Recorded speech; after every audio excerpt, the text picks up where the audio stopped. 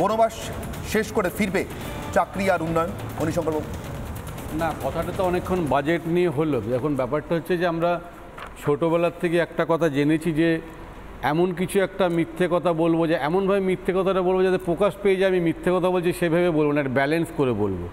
আমি বলছি যে কোনো বাজেটই হোক, সেন্ট্রাল হোক বা স্টেটই হোক, ক্রিটিসিজমের জায়গা থাকবেই। এবং পলিটিক্সে যেটা হচ্ছে যে যদি আমি একটা বাজেটকে পুরোটাই ধাপ্পা বলে দিই তাহলে তখন লোকে বলবে যে না এটা ঠিক বলছে না, এমনভাবে বলতে হবে যাতে লোকে অ্যাকসেপ্ট করে।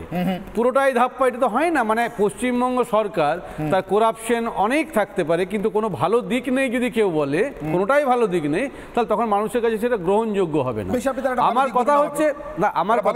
আমার কথা হচ্ছে যে বাজেটে কি হলো অর্থনীতিবিদরা বলবেন এবং আপনাদের বিরোধী যারা আছে তারা আরও ভালো বোঝে, মানে ডেটাগুলো 1 2 3 করে অনেকে বলবেন, যেটুকু আমি এতটা বুঝি না। আমি যেটুকু বুঝি সেন্ট্রাল বাজেট হোক বা স্টেট বাজেট হোক, মানুষ কীরকম থাকছে সে দৈনন্দিন জীবনে জিনিসপত্র থেকে আরম্ভ করে জীবনযাত্রার মানটা কীরকম থাকছে সেটা দেখার। কিন্তু আমরা যখন আমাদের স্টেট থেকে অন্য স্টেটে যাই সেখানে বাসের ভাড়া আমরা দেখি যে বাজারে যদি কোনো একটা হোটেলে খাবার খেতে যায় এরকম সস্তায় খাবার পাওয়া যায় কিনা এবং কম দামে শ্রমিক পাওয়া যায় কিনা, সব মিলিয়ে যেটা আমরা দেখি মানুষ যেটা দেখবে যে বাজেটে পুঙ্খানুপুঙ্খানু ডেটাবেসে কে কী বলবে সেটা জানি না, কিন্তু এই বাজেটের মাধ্যমে আমরা কিভাবে উপকৃত হচ্ছি বা আমাদের জীবনযাত্রার মানটা ঠিক থাকছে কিনা সেটা দেখার। কিন্তু সেইখানে দেখি আমি গ্রামাঞ্চলে ঘুরে ঘুরে যেগুলো দেখেছি, হতে পারে অনেক ত্রুটি আছে, ত্রুটি থাকবে, ক্রিটিসিজম থাকবে, কিন্তু ওভারঅল যদি আপনি অন্যান্য স্টেটেগুলোর দিকে তুলনা করেন তাহলে আমি বলবো যেরকমভাবেই বলুন পুরোটা ধাপ্পা, এই কথাটা কোনোভাবেই বলা চলে না। ধাপ্পা পুরোটা মানতে পারছেন না মণিশঙ্কর বাবু, বলা চলেন না বলছেন, কিন্তু এটা বলতে পারছেন না যে বনবাস থেকে ফিরবে কিনা উন্নয়ন আর চাকরি। আমি মাত্র দুটো জিনিস বলেছি, উন্নয়ন আর চাকরি। বনবাস থেকে ফিরবে কিনা এই বাজেটে তার কোনো রেখা দেখতে পাওয়া যাচ্ছে কিনা? অরুণিমা বাজেট দেখেছেন? কি মনে হচ্ছে, আশা আছে কোনো? উন্নয়নের কথা আপাতত নয় মুলতবি রাখছে। আপনি রাজনৈতিক নন, আপনি আপনার নিজের চাকরিটুকুর কথা, আপনাদের সহকর্মীদের, আপনাদের সঙ্গে যারা একসঙ্গে পরীক্ষা দিয়েছিলেন তাদের কথা। প্রথমত বাজেটে একটা অদ্ভুতভাবে মুখ্যমন্ত্রী বললেন 10 লক্ষ নাকি চাকরি হয়েছে।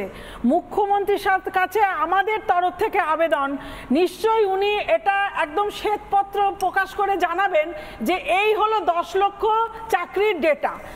এটা কার্যত অসত্য কথা বলে কোথাও গিয়ে আমাদেরকে বিভ্রান্ত করছেন।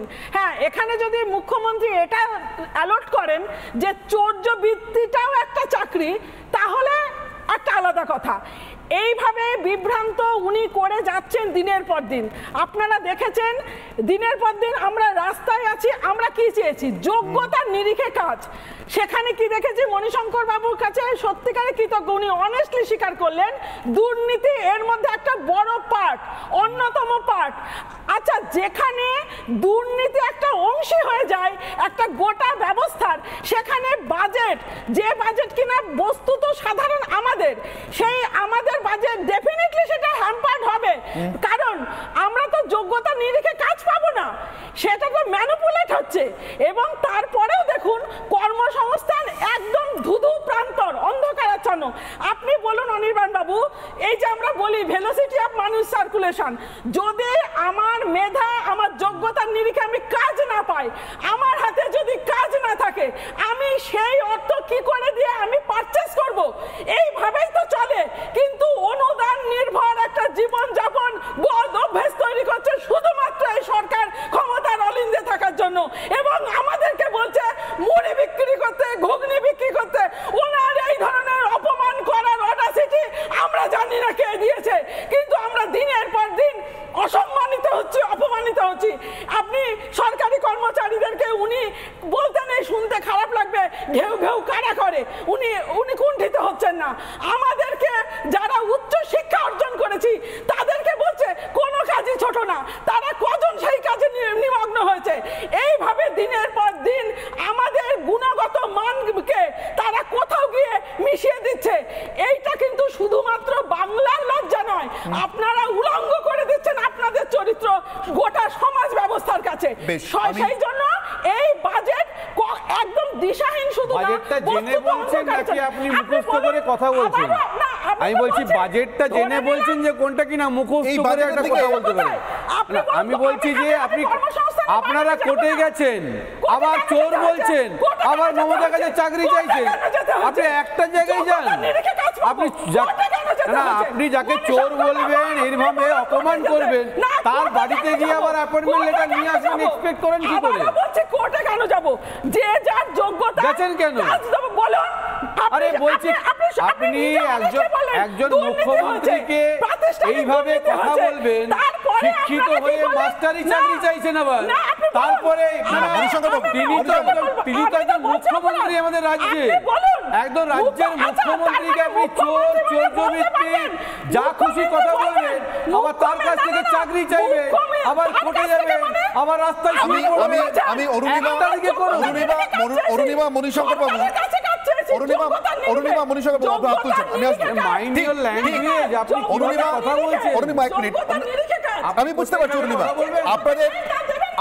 আপনাদের যন্ত্রণার জায়গাটা আমি বুঝতে পারছি, এবং মণিশঙ্কর বাবু সম্ভবত বুঝতে পারছেন কিন্তু এড়িয়ে যেতে চাইছেন। মণিশঙ্কর বাবু চাইছেন না সামনে আসুন। মুখ্যমন্ত্রীকে এই ভাষায় কথা বলবেন? আচ্ছা বেশ, যারা এই ভাষায় বলছেন একটু তাদের কথা শুনুন। মণিশঙ্কর বাবু, বেকার মেলা, আমি জানি না এই দেশের কোথায়, আমি জানি না এই দেশের কোথায়, অরুণিমা মণিশঙ্কর বাবু এক মিনিট, আমি জানি না এই দেশের কোথায় আর বেকার মেলার আয়োজন হয়। এমন একটা রাজ্য যেখানে বেকার মেলা আয়োজন করেন বেকাররা। গতকাল সেই বেকার মেলাতে আয়োজকদের কয়েকজনের বক্তব্য, এক ঝলক। দীর্ঘ 2 বছর আমরা পাস করে বসে, আর দীর্ঘ 5 বছর আমরা নোটিশের আশায় ছিলাম। 7 বছর ধরে বঞ্চনায় রাস্তায় বসে মুখ্যমন্ত্রী বার্তা দিচ্ছেন না, মুখ্যমন্ত্রী ফিরেও তাকাচ্ছেন না। উনি বলেছেন চপ ভাজতে, চা বিক্রি করতে, আমরা তাই আজকে চা শিল্প, চপ বিক্রি করছি, ঘুগনি বিক্রি করছি, ঝালমুড়ি বিক্রি করছি। মুখ্যমন্ত্রী সারা রাজ্যে ঘুরে ঘুরে মেলা উদ্বোধন করছেন। উনি আজকে আসুন, এসে ওনার অনুপ্রেরণায় এই বেকারদের মেলা উদ্বোধন করে যাক, আমরা এখানে দাঁড়িয়ে থাকবো। আজকে আমরা সরকারকে বলছি, সরকার আমাদের হাতে এই যে চপ মুড়ি দড়ি দিয়ে বলছেন যাও তোমরা বিক্রি করো, সরকারি চাকরি আশায় বসে থাকো না। আজকে কিন্তু আমাদের এখানে বসে থাকার কথা না, 7টা বছর হয়ে গেছে ইন্টারভিউ নোটিশের জন্য আমরা পথে পথে ঘুরছি, কোথায় যাইনি। আজকে রাজ্য সরকার আমাদেরকে বাধ্য করেছে, রাস্তায় বসেছে। আমি বলছি আমাদের লক্ষ্মীর ভান্ডারের দরকার নেই, আমরা হাত জোর করে আমরা বলছি আমাদের নিয়োগটুকু দিন। এই জায়গায় আর নেওয়া যাচ্ছে না, আর পাচ্ছি। বাবা মা দেখছে সকাল থেকে মেয়ে চপ মুড়ি নিয়ে বসে রয়েছে রাস্তায়, বাবা মা দেখছে। আমার বাবা মানে কিছুদিন আগে আইসিইউতে ছিলেন, আমার বাবা এই চিন্তা, এই চাকরির চিন্তা করতে করতে আজকে ওনার এই অবস্থা। আমরা আমাদের এই মানে টেট পাস করে আমরা আজকে সব বিএ এমএ সব পাস করে আজকে আমাদের কি এটাই ভবিতব্য যে আমরা আজকে রাস্তা বেসবো? আমরা কোনো শিল্পকে ছোট করতে চাইছি না, কিন্তু আমরা পড়াশোনা করে যে আমরা স্কুলে যাবো, আমাদের হাতে চকজাটটা থাকা উচিত। আমি অভ্রর কাছে আসতে পারতাম সরাসরি, আমি চন্দনবাবুর কাছেও যেতে পারতাম সরাসরি, আমি আরেকটু পরে যাব একটাই কারণে, অভ্র বিজেপিকে, চন্দনবাবু সিপিআইএমকে, মানে ক্ষমতায় আসতে চান যারা, ক্ষমতায় ছিলেন যারা, দুজনকে রিপ্রেজেন্ট করছেন। ধরেই নিচ্ছি মমতার কট্টর সমালোচক, কট্টর বিরোধী, মমতার কোনো ভালো দেখতে পান না, ধরে নিচ্ছি। অধ্যাপক ঝন্টু পড়াই, তিনি তো আজ বাম, কাল বিজেপি, পরশু তৃণমূল, কাউকে ছেড়ে কথা বলছেন না। যখন যে কোনো দিন যে কোনো কারোর সঙ্গে লেগে যাচ্ছে, আজকে কার সঙ্গে লাগবে আমি জানি না, মণিশঙ্কর বাবুর সঙ্গে না অভ্রর সঙ্গে তাও জানি না, নাকি চন্দনবাবুর সঙ্গে। ঝন্টু পড়াই, এই বাজেটে আমি বেকার শিকার শব্দটা তালব্যস্বয় রস্যই ইচ্ছা করে লিখেছি। এখানে কোনো স্বীকারোক্তি নেই যে আমার রাজ্যে এত বেকার আছে, প্রতিশ্রুতি আছে আমি এত বছর ধরে এত লোককে চাকরি দিয়েছি বা দেব। আমার মনে হচ্ছে এটা শিকারের বাজেট, হান্টিং, শিকার চলছে রাজ্যে, বেকার শিকার চলছে, ভুল মনে হচ্ছে না? আমি দুপুর থেকেই বাজেটটার সাথে সরাসরি লাইভ ছিলাম, ফলে এখানে যারা আছে তুমি তো নিশ্চয়ই অ্যাডভান্স, বাকিদের থেকে কিন্তু আমি একটা আপডেট। আমি কেন বলছি দেখো, নিরপেক্ষভাবে গত বছরের বাজেটটাও আমি কিন্তু তৃণমূল নেত্রীকে কিছুটা হলেও মার্কস দিয়েছিলাম। এবার আমি কার্যত বিরোধীদের সুরেই, তাতে আমাকে বিরোধী তকমা দিক, বলবো কোথাও কোনো দিশা নেই। কেন আমি বলছি পয়েন্ট ধরে ধরে, চাকরির প্রসঙ্গটা ওখানে বলা হলো, একটা কথা বলা হয়নি। গত বাজেটের তুল্যমূল্য বিচার করলে মুখ্যমন্ত্রী বিগত বাজেটে বলেছিল 5 লক্ষ চাকরির আমি প্রভিশন রাখলাম, সেই চাকরি নিয়ম হচ্ছে পরের বাজেটে আগের বাজেটের সাপ্লিমেন্টারি সাকসেসটাকে দেখানো হয়, ঘাটতিটাকে দেখানো হয়। এবার সেটা কিন্তু করা হয়নি, অর্থাৎ যে সেটা শ্বেতপত্র বলছিল, আমি শ্বেতপত্র কথা বলছি, একটা হিসেব। ধরো আমি যখন একটা কাজ করি সরকারি, আমি পরের কাজটা ধরে রাখি, কিন্তু অন্তত কমিটিতে আগের কাজটার হিসাবটা জমা করি। এটা আমাদের বিশ্ববিদ্যালয়ে কোনো একটা প্রজেক্টের পার্ট, এটা প্রত্যেকের জন্য সমান। সরকার 5 লক্ষ চাকরি কোথায় দিল বিগত ইয়ারে সেটার দিশা একটা কথা বলেনি। এবার কোথায় কোথায় দেবে, তারা স্থায়ী না অস্থায়ী, নাকি তারা ওই যে 100 দিনের কাজগুলোও তো সরকার দেখায় চাকরি পার্ট হিসেবে ঢুকে গেছে। আরেকটা ইন্টারেস্টিং দেখো, মুখ্যমন্ত্রী প্রেস কনফারেন্সের সময় বলেছে আমরা স্বাস্থ্যসাথী 9 কোটি পরিবারকে স্বাস্থ্যসাথী দিয়েছি। আচ্ছা অনির্বাণ, 9 কোটি মানে আমি গড়ে ধরে নিলাম একটা পরিবারে 3 জন করে সদস্য, তাহলে কত লোককে স্বাস্থ্যসাথীর আওতায় আনলেন তিনি? এটা কিন্তু মুখ্যমন্ত্রীর প্রেস। 27 কোটি। রাজ্যের জনসংখ্যা কত? আমি বলছি এই যে কথাগুলো, আরেকটা জিনিস, উত্তরবঙ্গের উন্নয়নের মনিটারি ফান্ডে বিগত বামেদের সময় উত্তরবঙ্গ উন্নয়ন পর্ষদের হেডে একটা টাকা রেখে দিয়ে বাকি বাজেটটার প্রভিশন শুরু হতো, এটা ডিক্লেয়ার করা হতো যেহেতু প্রান্তিক এলাকা। আমি বলছি তোমাকে, শুধু দার্জিলিংয়ে এই সরকার 15টি জনজাতি উন্নয়ন বোর্ড করেছে, আরও নমশূদ্র মতুয়া বোর্ড করেছে, আরও ট্রান্সজেন্ডার রূপান্তরকামীদের জন্য উন্নয়ন বোর্ড করেছে। এই বোর্ডগুলো কি হাওয়া খেয়ে বাজবে? একটা কথা বলা হয়নি, আমি বারবার বলছি তোমাকে।